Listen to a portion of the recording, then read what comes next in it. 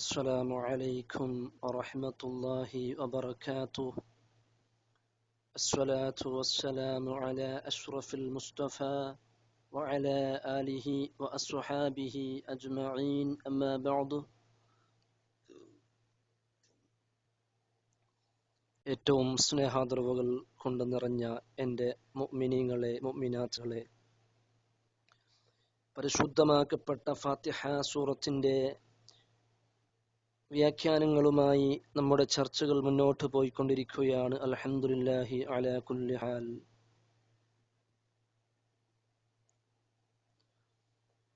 ഇനി നമുക്ക് ചർച്ച ചെയ്യാനുള്ളത്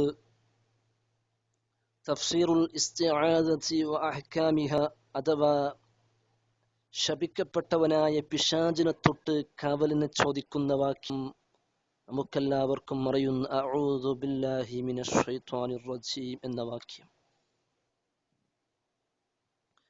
നാം ഇത് ഫാത്തിഹയ്ക്ക് മുമ്പിൽ ചൊല്ലാറുണ്ട്.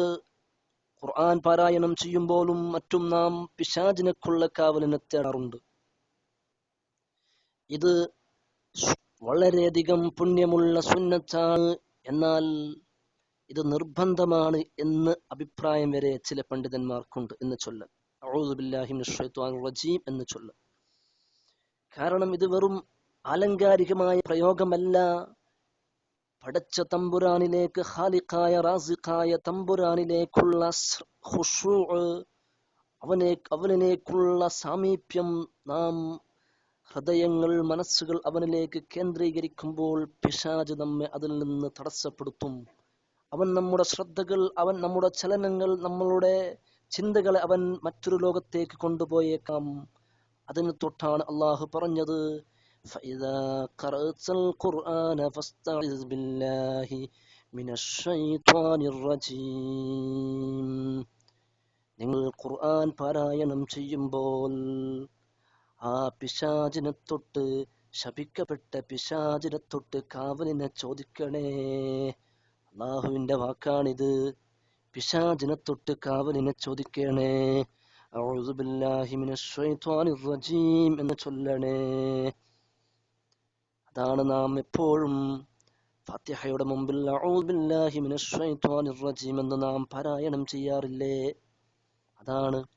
എന്നാൽ ഞാൻ നിങ്ങളുടെ ശ്രദ്ധ മറ്റൊരു ആയത്തിലേക്ക് ഞാൻ കൊണ്ടുപോവുകയാണ്.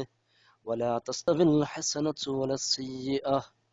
അല്ലാഹു നമ്മെ പഠിപ്പിക്കുകയാണ്, ഓരോ നന്മയും ഓരോ തിന്മയും രണ്ടും രണ്ടാണ്. അത് രണ്ടും സമമല്ല, അത് രണ്ടും വ്യത്യാസമുണ്ട്. ഇദ്ഫഅ ബില്ലത്തി ഹിയ അഹ്സൻ. അല്ലാഹു പറയുകയാണ്, നിങ്ങളോട് ആരെങ്കിലും തിന്മ കൊണ്ടുവന്നാൽ തിരിച്ച് അവന് നന്മ ചെയ്യുക. നിങ്ങളെ ഉപദ്രവിച്ചാൽ അവന് നിങ്ങൾ സഹായം ചെയ്യുക. ഫഇദല്ലദീ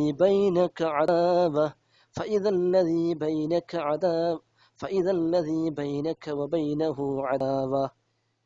മനുഷ്യർക്കിടയിലാണ്, മനുഷ്യർ തമ്മിൽ നിങ്ങൾ അവനിലേക്ക് വിട്ടുവീഴ്ച ചെയ്യുമ്പോൾ, മറ്റൊരു സഹോദരന് വിട്ടുവീഴ്ച ചെയ്യുമ്പോൾ, ഫഇദല്ലദീ ബൈനക വബൈനഹു അദാവ, അവന്റെ ഇടയിൽ ശത്രുതയുണ്ടാകുമ്പോൾ, കഅന്നഹു വലിയ്യുൻ ഹമീം, ആ വിട്ടുവീഴ്ച ചെയ്തത് കാരണം അവൻ നിന്റെ ഒറ്റ ഫ്രണ്ട്സായി മാറുന്നു. നിനക്ക് തിന്മ ചെയ്തപ്പോൾ നീ അവന് തിരിച്ച് നന്മ ചെയ്താൽ ആ ശത്രു അവിടെ നിന്ന് ചിന്തിക്കുന്നു, ഞാൻ ഉപദ്രവം ചെയ്തവനല്ലേ എന്നോട് സഹായം ചെയ്തത്, എനിക്ക് നന്മകൾ ചെയ്തത്, ഇനി ഞാൻ എന്തിന് അവനോട് വിട്ടു നിൽക്കണം? അവൻ നിന്റെ ഉറ്റമിത്രമായി മാറുന്നു. കഅന്നഹു വലിയ്യുൻ ഹമീം. നോക്കണം, അല്ലാഹുവിന്റെ വാക്കാണിത്. എന്നാലോ വമാ യുലഖാഹാ ഇല്ലല്ലദീന സ്വബറൂ. നാം പലപ്പോഴായി ചിന്തിക്കും, അതെങ്ങനെയാണ് നമുക്ക് കഴിയുക? ഇങ്ങോട്ട് ആക്രമിച്ചാൽ അങ്ങോട്ടും കൊടുക്കണ്ടേ രണ്ടെണ്ണം എന്നേ നാം ചിന്തിക്കാറുള്ളത്. ശരിയാണ്. അള്ളാഹു അത് കൊണ്ട് തന്നെയാണ് പറഞ്ഞത്, നേരത്തെ പറഞ്ഞ വിട്ടുവീഴ്ച മനോഭാവമുണ്ടല്ലോ, ഇങ്ങോട്ട് ആക്രമിച്ചാലും അങ്ങോട്ട് നന്മ ചെയ്യണമെന്നുള്ള മനോഭാവം, അതെല്ലാവർക്കും കൊണ്ടുവരാൻ പറ്റില്ല കേട്ടോ. അത് ക്ഷമാശീലർക്കേ കൊണ്ടുവരാൻ പറ്റുള്ളൂ.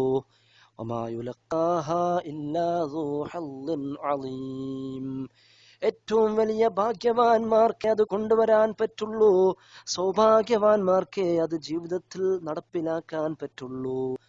അത്ര റിസ്കുള്ള ഒരു കാര്യം തന്നെയാണത്. എന്നാലോ ഇനിയാണ് നമ്മുടെ വിഷയത്തിലേക്ക് പോവുകയാണ്.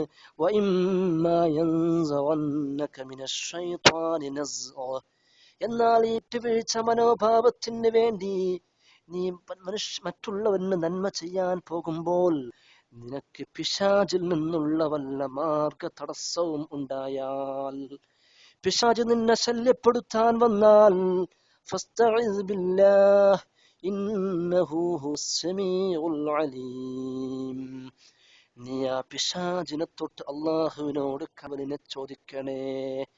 ഇന്നഹു ഹുവസ്സമീഉൽ അലീം, അല്ലാഹു എല്ലാം അറിയുന്നവനും, അല്ലാഹു എല്ലാം സൂക്ഷ്മമായി നിരീക്ഷിക്കുന്നവനും എല്ലാം കേൾക്കുന്നവനുമാണ്.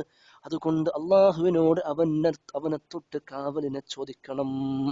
അപ്പോ പിശാച് ഇവിടെ മനസ്സിലാക്കാൻ പറ്റുന്നത്, രണ്ട് ആളുകൾ തമ്മിൽ കലഹിക്കുമ്പോൾ മൂന്നാമനായി വരുന്ന ആളാണ് ഇബ്ലീസ് ലഅനത്തുല്ലാഹി അലൈഹി. എരുതിയിൽ എണ്ണ ഒഴിക്കുക എന്ന് പറയാറില്ലേ, അവന്റെ ശല്യമുണ്ടാകും. അതുകൊണ്ട് അവന്റെ ശല്യത്തെ തൊട്ട് അള്ളാഹുവിനോട് തന്നെ കാലിനെ ചോദിക്കണേ. അഊദു ബില്ലാഹി മിനശ് ശൈത്വാനിർ റജീം എന്ന് നിങ്ങൾ പറഞ്ഞു കൊണ്ടേയിരിക്കുക. ഇൻഷാ അല്ലാഹ് ചർച്ചകൾ ഇനിയും വരാനുണ്ട്. വആഖിറു ദഅവാന അൽഹംദുലില്ലാഹി റബ്ബിൽ ആലമീൻ. അസ്സലാമു അലൈക്കും വറഹ്മത്തുള്ളാഹി വബറകാതുഹു.